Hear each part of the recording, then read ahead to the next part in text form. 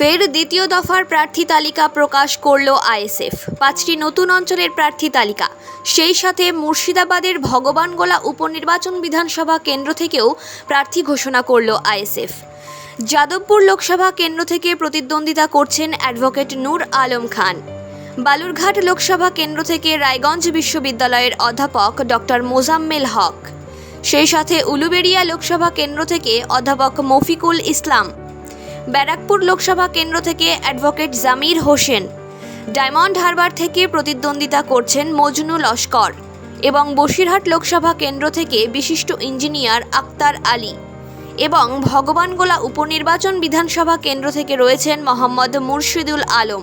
ভিডিওটি ভালো লাগলে অবশ্যই লাইক করবেন, কমেন্ট করবেন এবং শেয়ার করবেন এবং এমন নিত্য নতুন আপডেট পেতে আমাদের চ্যানেলটিকে অবশ্যই সাবস্ক্রাইব করে রাখবেন। আপনারা দেখছেন N24 টিভি। জনতার মনের কথা এবং সত্যকে তুলে ধরাই হচ্ছে আমাদের একমাত্র লক্ষ্য।